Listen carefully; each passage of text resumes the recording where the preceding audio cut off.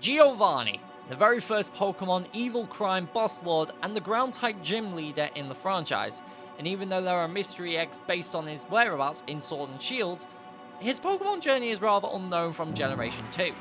Well, up until this moment, but we don't talk about that. Anyways, combining his Pokemon from old generation, I asked myself, can Team Rocket's Giovanni beat Pokemon Sword and Shield? Here are the rules. No items in battle whatsoever. The battle must be set mode only. I cannot overlevel past the gym leader's ace Pokemon until the gym battle starts, and only his ace Pokemon may Dynamax, in this case, the Meowth evolution lineup. I will at least catch other Pokemon to either progress with the story or to be able to get my team Pokemon. Oh, and canon only, not this Stadium or Universe World Tournament I'm writing the script as I go along with the video, so comment down below on whether you think I will be able to beat it. I'm quite worried later on in the game, but what are your thoughts? Make sure you hit the subscribe button, tap the bell icon, as I will be uploading more fun challenges. And with that said, let's get gaming. Here we are in the Galar region, where we already have our first problem, our starter. And this is where I already twist the rules ever so slightly, but hear me out. Giovanni's team mainly consists of ground-type Pokemon, which are weak to grass, water, flying, and bug. Our rival Hop takes the weaker typing, so in that case, it would be strong against our team. So I turn to Scorbunny, just to get us started until we get our actual first Pokemon, wink wink. This will eventually give us the disadvantage and a challenge due to our typing. I call in Bugs, beat Hop with ease, and move on to the Slumbering World to save a silly little Wooloo. Not like I want to, but here we are. Upon further investigations, we find this shieldy dog looking thingy, who seems to just be an illusion. But surely the most evil man in the Pokemon universe can defeat a dog, right? Bugs, use them. What? Where am I? Hop, Giovanni, I was worried sick, of course I come looking for you. Well, maybe being a rebellious young Giovanni may be enough for now. Anywho, after ditching Mum's hat and slipping on black jeans, sorry Mum, I make my way towards Professor's house on Route 2, where we get into another rival battle with Hop. Surely I can beat a 3v1. Yep, Hop is shit. We head into the gym for the opening ceremony, and I received the uniform. I claim the number 96. I thought this would be a nice little throwback to Pokemon Red and Blue, which released on the 27th of February in 1996. We head towards the Budu Inn to check in, where we pick on a fight with a group of loud mob goons, and pick on a couple of people who have one too many McDonald's. It was a nice easy sweep for us, and we finally get to rest up. As dawn breaks, we set off only to find Hop is waiting for a third beating. Why? Oh, that's how it is then. So we fight, and upon getting poked in the eye by Grookey, Bugs burnt his branch and tail with an ember, and yeeted his Wooloo and Rookidee, before trying to hunt for our first Pokemon back in Wedgehurst. I have the DLC packs, and I wouldn't be able to do this challenge without them. Just a nice little train ride to... What the heck is a Slowpoke doing here? Never mind, I'll just yeet it. No, you must catch it. Shit. Well, being forced to catch it, I may as well sacrifice it. Eventually, I found our first official team member, Nidoran. Oh, well maybe not. On the way towards the Galar mines, Bugs evolved into Raboot. And also upon entering the mines, I finally, yes finally, called a team member, Diglett. In due respect of the Yogscast, I called Honeydew. I'm a dwarf and I'm digging a hole. Yes, I know, it's a female and not a male. Leave me alone. A trainer called Bede, who was away with the fairies, and I mean, literally, with a team of fairy babies threatening me. I took his offer and knocked him out. No one messes with Giovanni.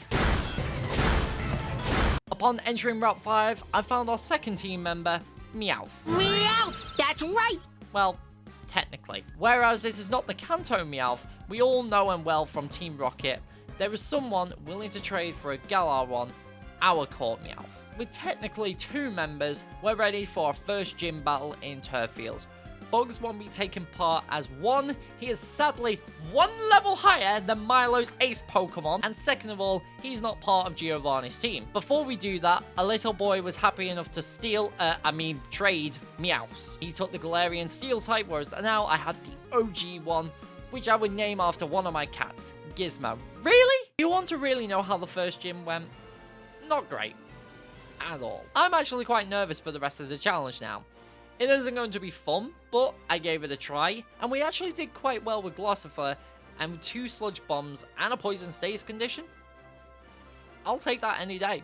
Another sludge bomb on Milo's ace, Elder Gloss, which doesn't do too much damage due to the Dynamax. Eventually, Honeydew goes back down 6 feet under, which leaves me with Cash. Now Cash is my ace, so we Dynamax him, and the little cheeky cat goes for a 140 physical max strike due to knowing Last Resort, which we cannot use in our original form. Sadly, this isn't enough, and Cash goes down, making us losers at life. Hop is actually better than us. Luckily, I have a plan. If you access the raid dens in the wild area, you can farm Dynamax candies and use them to increase your HP without the risk of over-leveling, as you don't gain experience points, but candies instead. After an hour of farming, Cash is now level 10, enabling us to double our original health, and also some EXP candies to get Honeydew to the level cap. We tried the battle again, and this time it went very well, almost the exact same. Honeydew goes down to max overgrowth, but this time without the poison. It wasn't enough, however, as Cash was able to chip away with max strikes and a final payday to finish it off. Because money.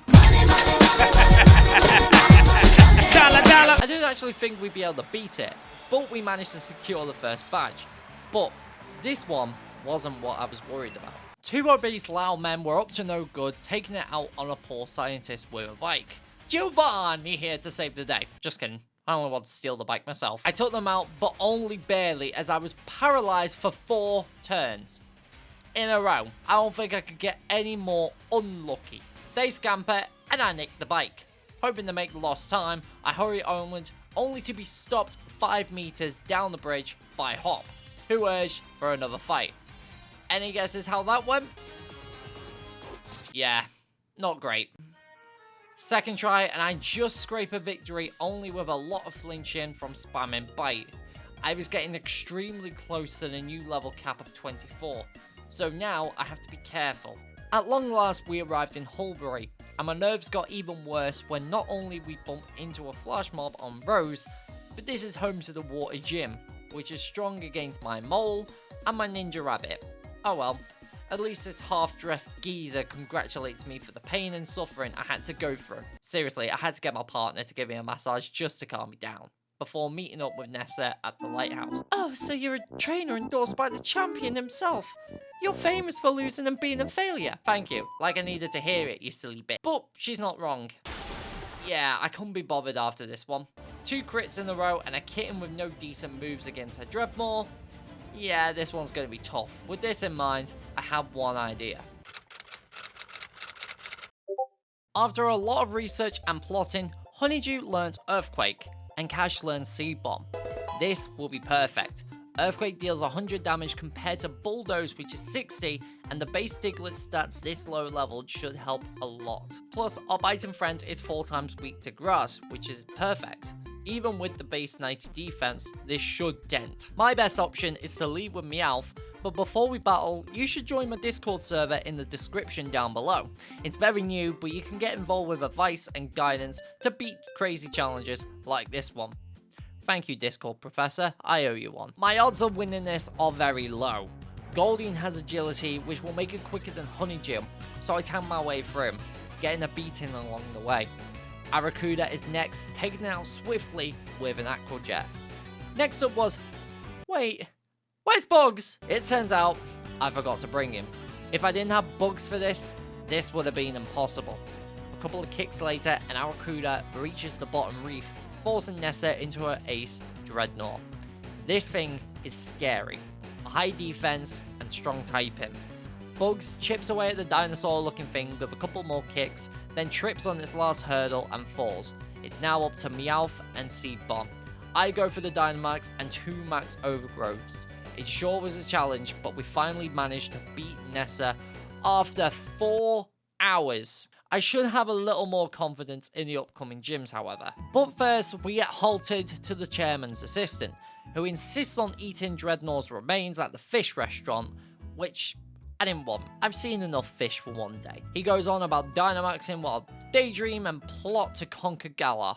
We head into the second mine where Bede challenges us, and as per usual, Honeydew goes down yet again. Bugs and Cash had no trouble though, and took us to Team Yell, stopping the works of a poor Corkle doing his job. Bugs, being the ninja he is, sent them away to the next gym to burn off their last kebab. At last, I can finally get some rest for the gym challenge. Oh, not you too! Marnie was taken care of no problem, and we head into the fire gym mission where Honeydew met some moly friends along the way and became Doug Trio. This is good, because now we have 100 attack, an impressive 120 speed, and a decent special defense. Seeing as this gym involved catching to advance, we could have added them to the party, but they respawn, so we took the single points instead before taking on Kabu. On the other hand, I know there was one more move we should learn, Stone Edge. Kabu's ace, Center Scorch, is 4 times weak to rock moves, and I'm gonna need all the help I can get. Not to mention this will fully complete Honeydew's moveset. However, upon getting more watts, this happened. Oh, and this too. That's right, we caught a male Nidoran in which I called Spike, and we thankfully catch a Raihan early with the Isle of Armor DLC. And I called our Rhino... Am I allowed to say that? With 5 Pokemon in our team, including Spike evolving to Nidorino, we tackled the Fire Gym Leader. Ninetales was an easy one-hit KO with a super effective Earthquake. Then came up Arcanine, and his stats are pretty dangerous. After the intimidation, we switch out to Bugs, growling at him to drop his attack. By the time we got pretty low in health, one more quick attack to outspeed the agility boost, and just to chip away. Once again, Honeydew hit the Earthquake, knocking the Tiger out, but not without a Will-O-Wisp burn and Spike laying toxic spikes. Last is Center Scorch and instantly gets poisoned, but immediately knocks out a lot of my team. Thankfully, our cat has its time to Dynamax and chips away with Max Darkness, eventually winning us the Fire Badge. Our next location was on the other side of the wild area, Hammerlock. But before we do that, Hop gets intimidated by this kid. I ground out some raid battles for EXP candies, seeing as I need to level up our new team members, and head back towards the Isle of Armor, where there laid a Kangaskhan. One long battle later, and we finally catch our scaly kangaroo. I call her Kanga and Roo. Much love to all the Disney fans out there. Upon arriving at the medieval city, we discover that Hop lost to Bede, which was no surprise there. And we also learnt more about the Darkest Day and the history of the Galar region, which one day I will conquer. Eventually, I headed off to Route 6 after sightseeing, where we pick a fight with Team Yell, interrupting a snake from its natural habitat. An easy sweep and battle later, Hop runs off in a strop and the snake follows. I think that's where we're heading off as well. As we arrive into Stow-on-Side, Hop is waiting by the gym entrance, asking for a battle to redeem his previous loss with Bede, which actually went well. Cash bites Craminot's feathers off, and Honeydew earthquakes a Digging Cobra, Flocky, and his Toxel. For once, Honeydew does not go down. He picks up the slack and rushes off for his 4th badge. Now, I actually don't remember this gym at all, but this has personally been a really fun gym challenge, possibly my favourite in the entire franchise. Gym 4 to 6 fluctuate based on the game. I have Shield, so we'll have Ghost and Ice. Probably the easier gym types. And I also think this was so far the easiest gym battle by far.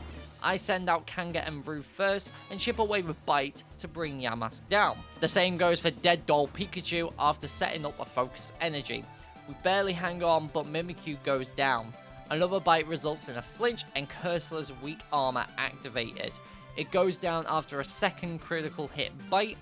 One big ghost comes out to play and finishes off Kanga and Roo after disabling our only move. I decide to send out my ace Cash and finish Gengar off with 2 turns of Max Darkness. Another badge secured, and we're officially at the halfway point. We come out to an explosion behind the gym, and there is Bede with an elephant, knocking down ancient ruins for more wishing stars. I am the evil mastermind. I send out Spike thinking fairy type Pokemon, but he sends out his Duosion, which I should have expected. I withdraw to my loyal pussycat to chase him off, but goes down to Psybeam. I send out Kanga and Roo to avenge and sweep his team, only to let security and his dad to do the rest. With his endorsement revoked and with some more evil plotting from the Darkest Day history, it's time we wander into the forests of Ballonlea. Along the way, I thought I'd let Spike catch up on the level ladder with the help of Honeydew, as I intend on using him for the Fairy Gym Challenge. In addition, I trade some Wops for Poison Jab and 80 Physical Stab, which should help us nicely, and the 30% poison will come in handy too. He sweeps through the trainers and we also get quizzed along the way. I really need to pay more attention to the league cards because I completely forgot half of these questions. Eventually, we take on Opal, and given the stat boost questions during the battle, I really needed most of these right, as things could have gone a lot more different hadn't we done our revision. It's a shame Horny hasn't lived to see a win yet. One day, mate, you'll lose the W card. Kanga and Rue come out to finish the poison plus fairy wheezing, and hoping to reduce Marwal's defense, I take on a crunch only to fail the defense drop. Heroically, Kanga and Rue go down. Honeydew is next to come out, and an earthquake one-shots Marwal, and 2 sludge bombs take out the tanky Togekiss after lying about Opal's age. Her Gigantamax Alcremie comes out and makes a cake with our moles and finishes Spike after poisoning him. It's my time to bring out the big cat. We get confused but fight through it, and 2 max strikes and poison damage to take the win and our 5th badge. Opal wants an escort back to Hammerlock, and upon returning, we bump into Bede, which Opal does very weird things to the child over the obsession of his pink coat.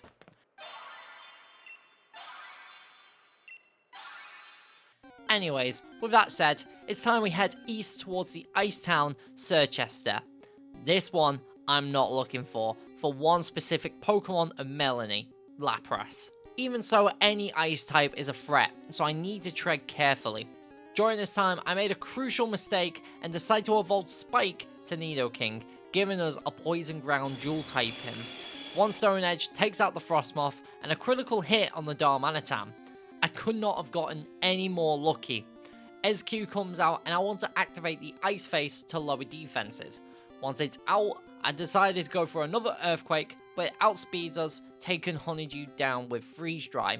Spike comes out to chip away with a Mega Horn, and at this point I send Cash out early to outspeed, and the poor penguin just barely waddles.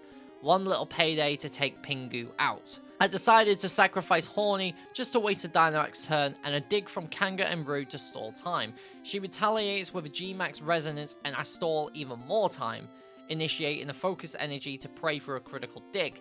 Again, to stall for time. No luck. It's all up to my weak cat to finish the job with a super effective Max Overgrowth, finally putting the Lapras to rest. You know, I really fancy a Tigger Masala. After Hop wanting a rematch and a couple of Team Yell members later, Marnie helps us get to her own brother, Piers, the Dark-type gym leader. Actually, let me rephrase that. She wanted to see if she could kick my pasty bottom and cry to her big brother who could. I say that she took Spike, Horny, and Honeydew. Afterwards, Horny evolved into Rhydon and protected the young child against grunts in the alleys with one big hammer arm. This gym does not involve any Dynamaxing, so I wasn't particularly worried. Scrafty was first, and I sent out my pointy 2-legged Rhino to do big damage and take the intimidation, and left Spike to finish the job with a simple double kick. Up next is Malamar, and I really could not remember the type him, but one super effective Mega Horn takes the squid out. Piers Ace Obstagon comes out, and although Spike does decent damage with a double kick, the Raccoon outspeeds us on the second turn and knocks us out with a Throat Chop. Luckily, Honeydew finishes off with a... Kanga and Rue finish the day off with a Headbutt, and 2 digs on the stinky skunk, but not without giving one big leftover. With 7 badges now obtained, we starting to make our way back to Hammerlock, where everyone is worried about the recent earthquakes and Dynamaxing wild Pokemon. Whilst Lee and Sonia take care of the mess, Hop and I make haste to the Dragon Tamer. You'll see what I mean with that one. But before taking the gym on, we head towards the Isle of Armor, and with our new abilities to ride our trusty Rotom across the sea, we catch a Ditto. We'll need this to breed with our Spike. I call it Jelly, and a few eggs from a daycare later, we eventually hatch a female Nidoran. In this case, I call her Elizabeth II. With ongoing training in the wild, she becomes a Nidorino female, and eventually Nidoqueen with another Moonstone I found. With our last member of the team, it's time for the final gym. The mission involved taking down Hogwarts trainers in a double battle. Only 2 trainers have 1 dragon though. Seriously, Game Freak? I take them out, but not without Harry Potter, Hermione Granger, and Ron Weasley putting up a fight. Eventually, we take Raihan, the dragon tamer with technically 1 dragon. He sends out his Gigalith and Flygon. And after setting up a Toxic Spikes from Spike, 2 Ice Beams from Lizzie, Flygon goes down. The Rock and Sandaconda give us a little bit of coverage trouble for the Royals of ground types, but a Facade from Horny and a Slush from Honeydew takes the snake out. The Rock gets smashed by Horny's Hammer Arm. The fight isn't over yet as Raihan's final Pokemon is an Office Block? Come on Nintendo, what were you thinking? An Earthquake later and a Max Darkness from Cash and Honeydew secures our final badge and it's onto the final Tournament Cup. With Route 10 cleared and I acquire some Team Rocket globes, I make my way to check in. I also picked up some much needed TMs as I have a funny feeling I will be changing my moveset from time to time. Our first playoff match, Marnie shows up. Oh my gosh, doesn't she look pretty? And her eyes! Oh, keep it together, evil mastermind. It was technically the same team, which was a nice easy sweep until her newest addition, Grimmsnarl, comes out, the Dark Fairy type. Spike had already placed Toxic Spikes down, but a couple of digs later, poison damage and a headbutt takes the Goblin out. It really wasn't a bad fight. Next up comes Hop, and the moment has finally come. From the first rumble in his garden and all the battles in between, Spike sets up Toxic Spikes once again, and a critical hit poison jab takes Dubwool out. 2 poison jabs later and we barely hang on as the Snorlax goes down. Corviknight is up next and Spike finally faints to a Drill Peck after landing a Thunder Punch. Lizzie throws a Fire Punch, but it wasn't enough and the bird sadly heals up. A couple of Fire Punch spams later and it finally puts the wings to rest. A Drill Run to Pinchurchin yeets it away, leaving Hop with a Dynamax Rillaboom. I send out Cash to slow it down with Max Strike, and a final Rockfall to brew up a Sandstorm for extra turn damage. One last Sludge Bomb from Honeydew wins us the semi-finals. No hard feelings, mate. Upon returning to the hotel, something feels wrong. Lee hadn't shown up for dinner and some security guards were up to no good. Hop drags me along a wild goose chase up to Rose's tower. Something seemed fishy about the Marco Cosmoth company. Oleana clearly has some anger issues. Oh wait, I can Dynamax here? Frostlass gives us some trouble burning our Spike, and God unfortunately didn't save the Queen.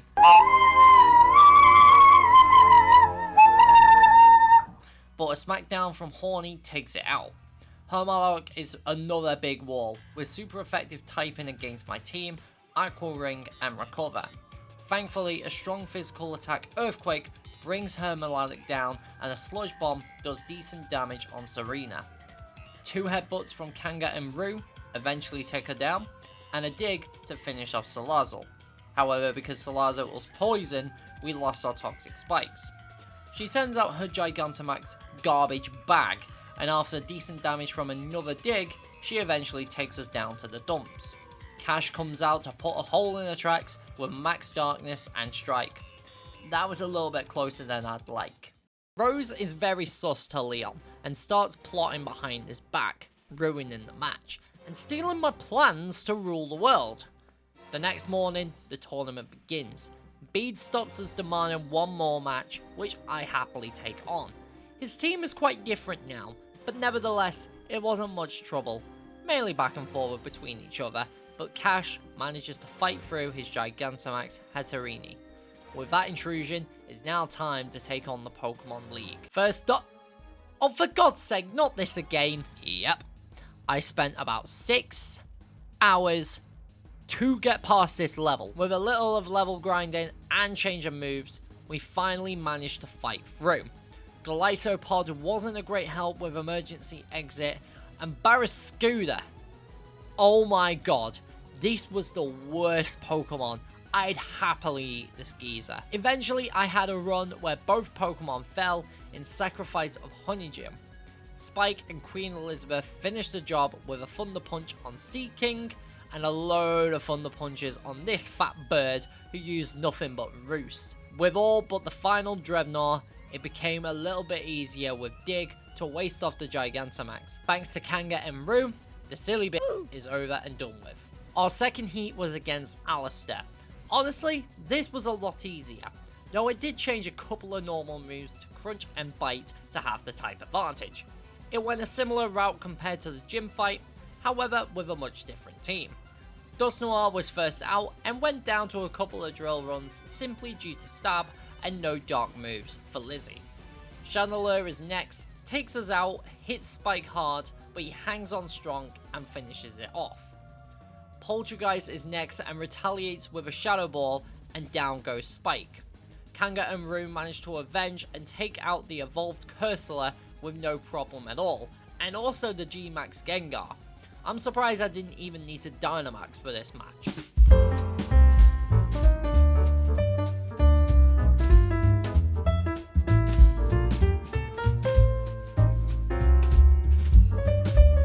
I was very scared in how this challenge would go, but it's turning out really well. Hang on. Rose has messed this region up. Well, time to go and save the day. Not like I want to. We return to the forest and pick up the sword and shield, essentially thinking history will guide us, then stop Rose from taking over the world. Elizabeth will be my friend here with Fire Punch. We barely hang on to Escavalia, but one more Fire Punch seals the deal. I deal massive damage and luckily miss Ferrothorn's Power Whip. We nearly take it out, but luck was not on our side, and a second Power Whip finishes us off. Kanga and Rue to the rescue with Dig, finishing Ferrothorn, and Klinklang before bringing up the white flag after an Iron Head with Berserker.